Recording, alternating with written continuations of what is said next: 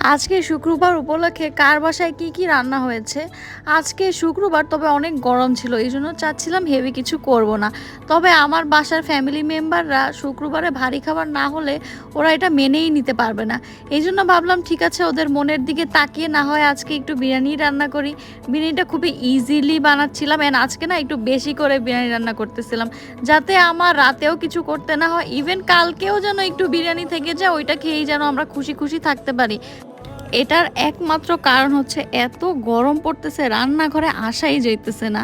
যাই হোক, আজকের বিরিয়ানিটা কিন্তু অনেক ভালো হয়েছিল, বাট আমি আজকে ফার্স্টে পানি একটু বেশি দিয়ে ফেলেছিলাম, পরে তাড়াতাড়ি করে চুলা একদম বাড়িয়ে দিয়েছিলাম যাতে পানিটা শুকিয়ে যায়। লাস্টের বিরিয়ানিটা বেশ ভালোই হয়েছিল, আমার এক্সপেকটেশনের চেয়েও বেশি ভালো হয়েছিল। সন্ধ্যাবেলা কিছু করব না করেও কয়েকটা পাকোড়া ভাজতেছি। যাই হোক, আজকে আপনাদের শুক্রবারটা কেমন কাটলো?